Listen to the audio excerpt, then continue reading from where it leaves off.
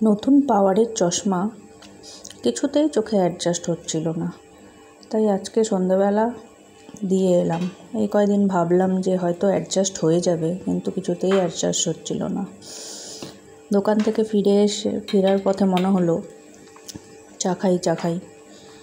তো কফি নিয়ে নিলাম। এবার কফি নিতে গিয়ে দেখি দোকানে জাস্ট বেকারি থেকে বন পাউরুটি দিয়ে গেল। তোমরা এটাকে কি বলো জানি না, কিন্তু আমরা ছোটোবেলাটাকে বন পাউরুটি বলতাম। মাঝখানে একটা জেলি আর গোল পাউরুটি, আর কি।